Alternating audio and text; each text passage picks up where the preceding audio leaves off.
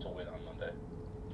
I just say, be more of a better leader, throughout the whole game. Not just when things are, say they're going bad, or not just when things are going good. Just be consistent with that and continuing to motivate my teammates around me. And in times where the other team goes on a run or we go on a run, just to continue to really focus on the next play. All right. Did you feel like you weren't great at that yesterday? Is that what you mentioned that? No, I feel like I always do a pretty good job of trying to lead and talk to my guys, and I'm not the type to make it a scene or try and make it so I'm like the rah guy, but I just it's March. Obviously there was some nerves there. It's just different. That was my first March Madness game, but going into next game, I'll definitely be more cool going in and relaxed and focus on what needs to be focused on. Next we're John Niatala. Good afternoon, Marcus. How are you, man? I'm good, man. How are you? Good to see you. Man, well, this might play into what you were just saying, but you guys defensively, you gave up 16 points, and I don't even know what it was the first 6 minutes or something, but after that, it really felt like they didn't get as much. Maybe they got some things easy, but it didn't happen as often. What changed? I mean, it was us. They didn't do anything different. I think we just really, just dug deep and competed harder. I think at first we were a little, a step late on things, and we were kind of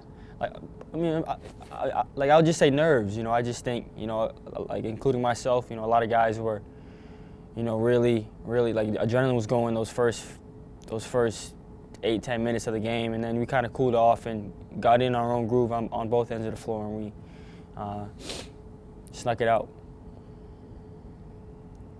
Again, if there's any questions for Marcus, please use the raise hand feature. We'll go back to Matt. How much of Ohio to Virginia did you watch last night? Did you watch the whole thing, or did you? Yeah, I watched the whole game. What did you take away from that one? I mean, both really good teams. I mean, I thought it would go either way. Ohio made really big plays down the stretch in really important times of the game, and they're a really good team. They got some good players, and we have to be ready tomorrow. John? How do you feel about going back to Hinkle? I mean, I'm all good. I don't get into the Hinkle curse that you guys like to get on Twitter and stuff like that. I don't. That's more Matt than anyone, but yeah, I don't.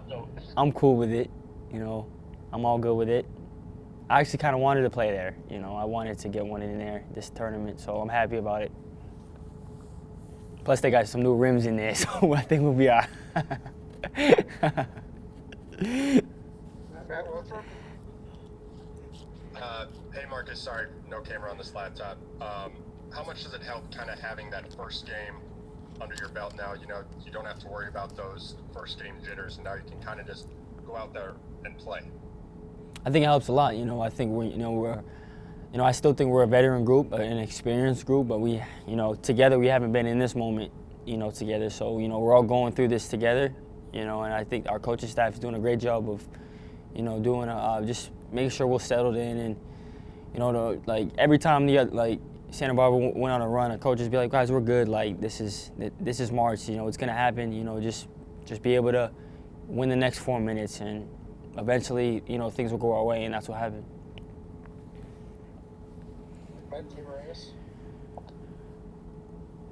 Do you feel like the speed of the game, now that you've gone through it, the speed of the game changes when you're in an NCAA tournament game? Do you feel like it's almost like going to a different level of basketball, and you have to kind of get used to just how the game feels again, even though it's the same game you've been playing for 3 years? I don't think the speed changes. I just think that level of urgency and energy and, competitiveness just heightens, a lot. I think, everything, it's all mental. I just think if you approach it like another game, even though, it's not, it's hard for me to approach this game like another game. It's win or go home now. So, but at the same time, you got to approach it, with a calm mentality and be able to execute, when things are flying, but still be level-headed. John? to your talent. Marcus, you mentioned just the momentum swings of a game. It's basketball in the NCAA tournament, so you kind of expected it. But to that degree, did you expect it? I mean, I'm watching some of these games, and, teams are blowing or losing their 10, 12, 14-point leads, and the momentum swings back and forth. And obviously in your game, the first one, it went back and forth all game, pretty drastically, too. I wondered, did you expect it to that degree? I honestly didn't. I remember going up 10 when Mitch got the and one, I think. And I really thought we were starting to pull away, but then they went on a run, and I think we were down 6 or 8, so that's a 16-point swing. So it's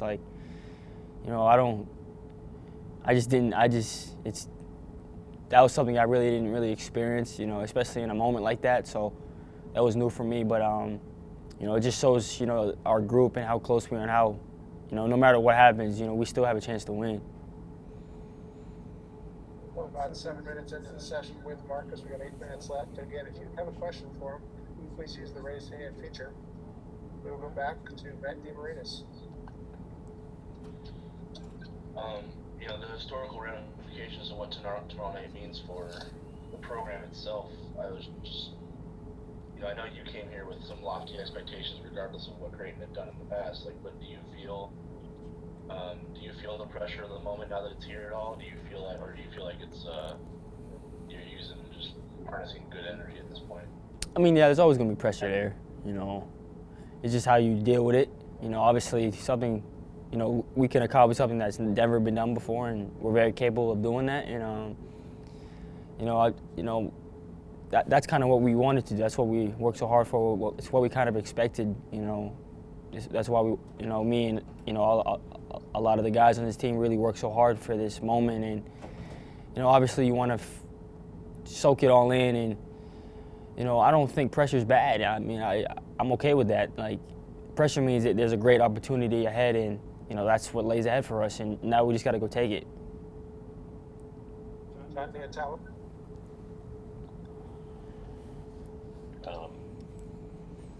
There were maybe just some lob passes that, you guys hit that so consistently. I know how hard you work on that, but I think there are a few of those that just maybe weren't. Was the time? I don't know. Was the timing off? Was the pass just off? Did they do anything that you saw just maybe disrupting that all-screen roll to the rim lob game that you guys are so good at? Yeah, that was just me. That was just me messing up, me turning the ball over, and I learned from it. Some of it is they do a good job of tagging. They were really slick with it. They would switch it up, and it's almost like you got to read 3 different things in a second. It's pretty hard. And it was usually the bottom guy, but depending on who it was, they would switch it up, and coaches were saying it's going to be a lay flip up, and I just missed it by probably about a foot, both times. And the first one I probably should have thrown it to the corner, but it happens, and I'll live with it. As long as I'm attempting it and playing it. Playing the game off instincts, and it's gonna happen. It is what it is, and learn from it and move forward. Anthony Marias. I know you guys have a thing after every game, so I was just wondering, what did your dad tell you after last night's game? How did he assess your performance? He was good. He's always been just be more aggressive and really attack more and just stuff like that. It's a great win. He's really happy for me and my teammates and the staff. He said, "You guys deserve this, and just go get another one." It's always positive, this time of year, because he says all the work is done. Now just go reward yourself and enjoy the moment. John? So you guys can't interact with your parents, right? In terms of you can't see them. Yeah, no. I don't see them unless I actually saw them walking when we were on the bus to the game and from the game. That was kind of cool. We could say hi, but no, I haven't seen them. Okay, so how weird is that? You can see them in the stands, I guess, maybe, or you just shout them all your teammates. You guys all got your family in the stands, but not. They're so close, but yet you have to communicate. No, I know. It's definitely hard.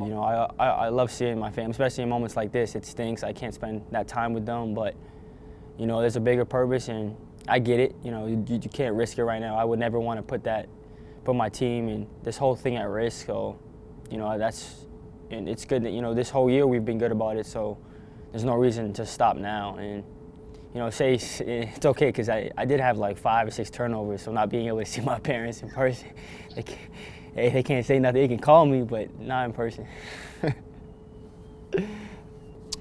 Yeah, I mean, obviously we're excited to still be playing. It's been a crazy tournament, as everybody has seen. A lot of upsets, a lot of very competitive games, and ours yesterday certainly fell into that category. Was very impressed with UC Santa Barbara in our preparation, and they were every bit as good as I thought they were when we actually matched up with them. So it was good to move on and make some plays down the stretch to get that done. And now we turn the page to a very talented Ohio team. You know, obviously you beat Virginia, the defending national champ, and you know the way they were able to defend Virginia and then still get themselves loose for some open shots during that stretch when they got down 7 or 8 against a very good Virginia defense, I think speaks to the job you know that Jeff has done there, and obviously a very, very talented team led by, you know, one of the better guards that we will have seen all year.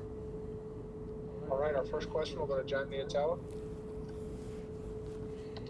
Well, you just got through with a game where you had to handle a really good ball dominant playmaker. Any carryover in terms of the defensive plan when you're preparing for Preston? Yeah, I mean, I think we have to make some slight adjustments, but obviously they were both in ball screens a lot. McLaughlin was, and so is Preston. You know, they both are incredible passers for the amount of times they have the ball in their hands. They don't turn it over a lot. They make everybody around them better. So you know, they certainly have that in common. And then, you know, their shooting percentages. You know, Preston's shooting over, you know, he's like 53% from the field, which is incredible, and 40% from the three-point line. So, you know, you have to respect every part of his game, his ability to score, and certainly his ability to facilitate. Adam Kruger. Hey, Coach. With the last couple teams you've faced being kind of lower seeds in the bracket with Georgetown and then UCSB, did it kind of teach your guys maybe, like, don't let overconfidence be a factor, or do you ever have to worry about overconfidence with your team? I mean, if you're overconfident this time of year, you've got problems. And, you know, we watched what Georgetown did in the Big East tournament prior to our game. So, you know, we had no reason to overlook them, nor did we overlook them. They played a great game, and we didn't play too well. When you put those two things together, you can get a lopsided score. But, you know, Santa Barbara had our full attention, and Ohio does. You know, they were, you know, 6 or 7 seconds away earlier this season from winning at Illinois. They had a 1-point lead with 7 seconds left, and Io hit a shot at the buzzer to beat them. But this is a very talented basketball team. They've won 10 of their last 11. Some of their losses came out of a COVID pause where they didn't have their entire roster.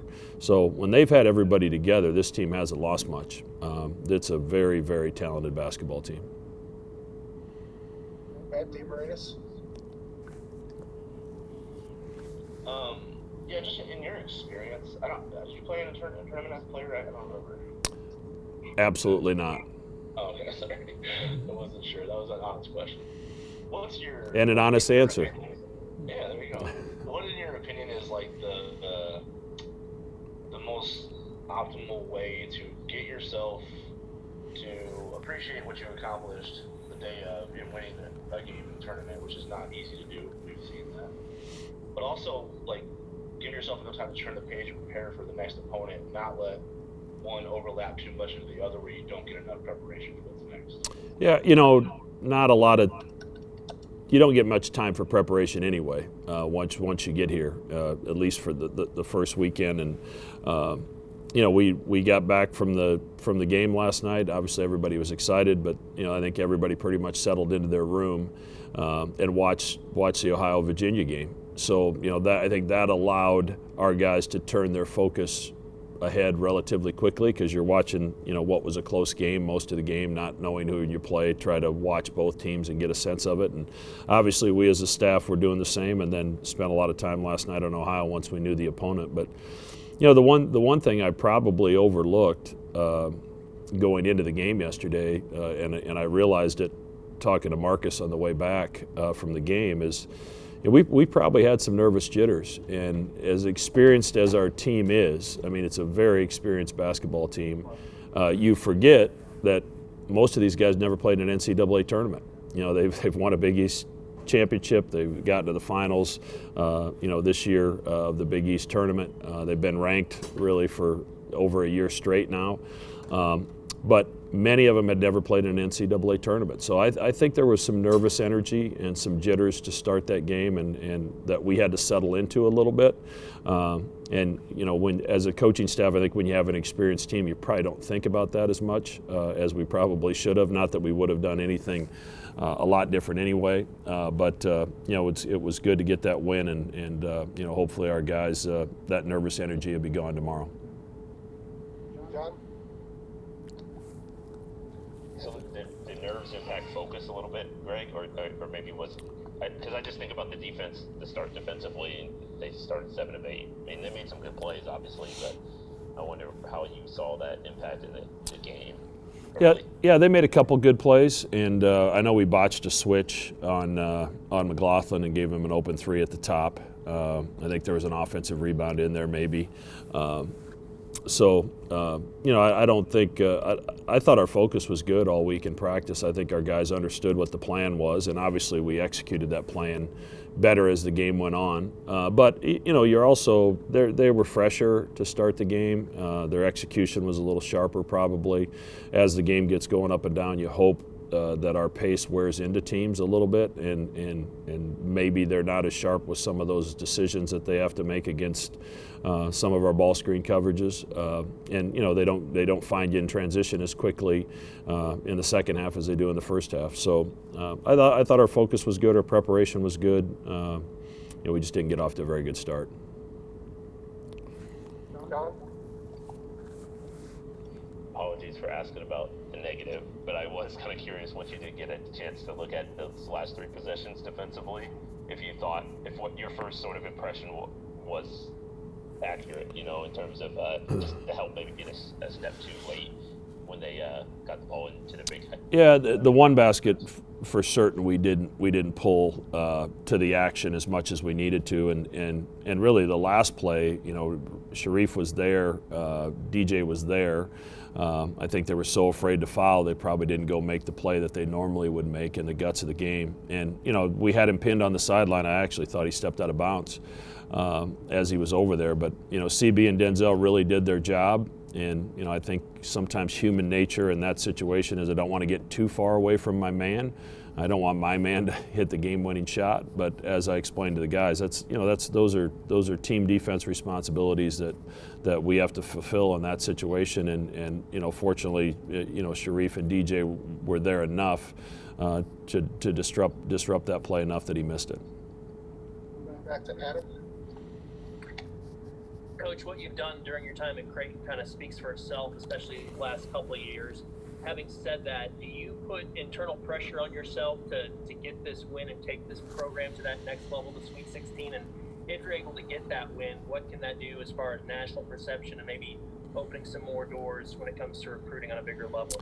Yeah, I don't know if I put any more pressure than I would on any normal tournament situation. I mean, you're here and you want to win, and the guys have sacrificed a lot this year in particular so that we can continue to play. We've played most of our games this season, and part of that credit goes to some good fortune that we haven't ran into opponents that were dealing with pauses. But our guys have obviously made responsible choices throughout the year to allow us not to have a pause.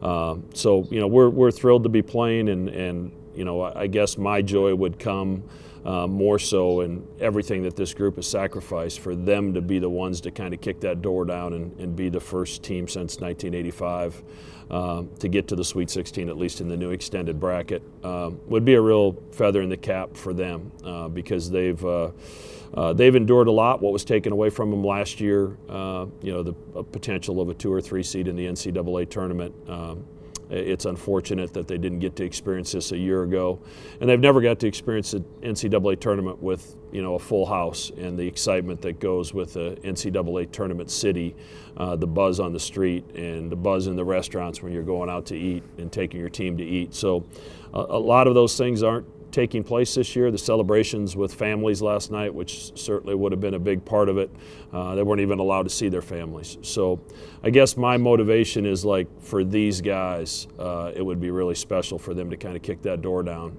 because they've certainly done a lot the last 2 years. We're just past halfway on the session with Coach McDermott. Yeah, use the raise hand feature. If you got a question, we'll go back to Matt DeMarinis. Mac, what's gonna keep you up as late as possible tonight, outside of what Jason Preston can do? Like, what concerns you a lot when you watch Ohio? Well, the same things that kept me up last night. It's you have to account for Preston, and obviously you saw what Vanderplas was able to do in the guts of that game when they were behind, the plays that he made. Just very savvy, very confident players, both of them. And then you can't lose Roderick. Obviously he's takes a lot of his good percentage of his shots from the three-point line, and you get so caught up in trying to make sure things aren't easy for Vanderplas and Preston that all of a sudden he'll get an open three, or Wilson will get a dunk to the rim, and then McDay is a great offensive rebounder. He attacks it and shoots it well enough that you got to respect it. So I think it's that it's there. While Preston has the ball in his hands a lot and he's terrific, he impacts the game, not just scoring. Obviously his ability to facilitate, his ability to rebound, his ability to tip passes defensively and get his hands on things. He's really, really good, and he's hard to, much like McLaughlin, you want to take a good player and you want to knock them out of their rhythm, and sometimes that you're trying to speed them up oftentimes to do that. And with McLaughlin, as you saw yesterday, it was hard to do, and I think it's going to be hard to do with Preston. And if you make a mistake, they're going to make you pay for it, and we have to be as clean as we can on making sure we aren't making those kind of mistakes. John Niatala.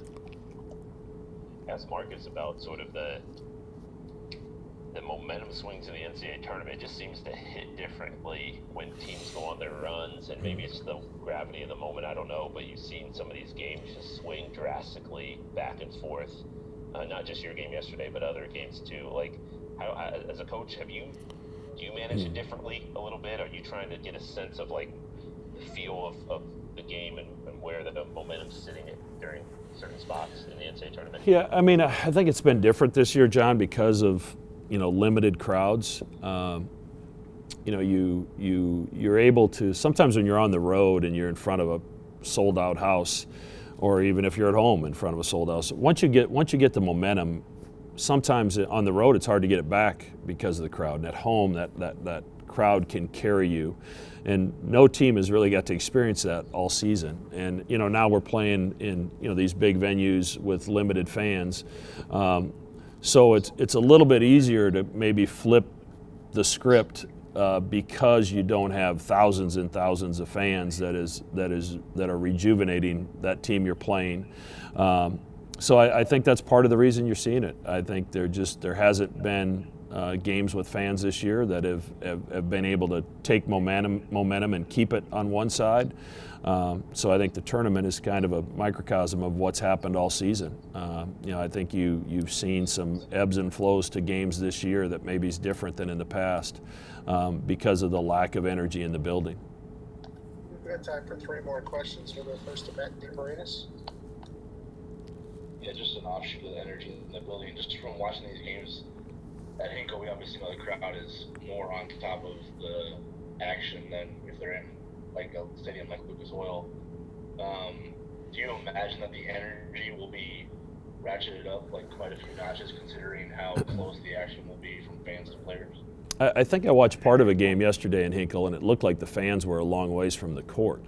So I don't think really anybody's down on top of it. And I also think that the number of fans that are allowed into Hinkle is considerably less than what we had at Lucas Oil yesterday. So I don't know what it's going to be like in there. I think we'll have a strong contingent like we did yesterday, but I'm also pretty certain that Ohio, being being here in the Midwest, that they're going to have a lot of fans that are trying to get tickets to get into that game as well. So I think it'll be a pretty evenly split crowd, and hopefully a great experience for both teams. Last chance, any additional questions for Coach Greg McDermott? John Niantel. Honestly, this is just for my own knowledge. What's the rule in terms of stepping out of bounds and coming back in? Like I actually was just watching like Ohio, Illinois from the other day, and I think they called that too. Can you not be the first to touch it if you voluntarily go out? Yeah, if you go out on your own without a defender kind of chucking you out of bounds or leading you out of bounds, you cannot be the first person to touch it when you come back into the field to play. And we ran that out of bounds play a lot this year, and it's never been called before. And I don't remember it ever being called in a game this year. But I mean, the rule's the rule, and that's the way it's written, and that's how Greg saw it yesterday. And I think when he watched it at halftime, he told me afterwards he thought it was the right call. So that is the rule. It's just it's kind of a judgment call. How involved is the defender? Is he trying to push you off your line at all because of his body position that really forces you to go out of bounds to get back in, and that's where it becomes a little bit of a judgment. But we're certainly not going to put that play away because of it. We'll keep using it once in a while. But if the defender nudges you out or forces you out, you can. Then all bets are off. Then you can come back and be the first one to touch it. That's correct. All right, that'll do it for today's media session. The Creighton, Ohio game is tomorrow, 5:10 p.m. Central. It'll air on TNT. Thank you, Coach. Thanks, guys.